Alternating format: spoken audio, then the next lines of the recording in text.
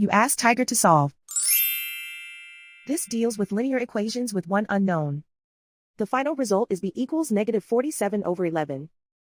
Let's solve it step by step. Group all constants on the right side of the equation. Add 7 to both sides. Simplify the arithmetic.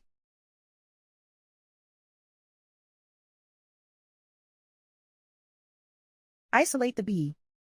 Divide both sides by negative 11. Cancel out the negatives. Simplify the fraction. Move the negative sign from the denominator to the numerator. And so the final result is b equals negative 47 over 11.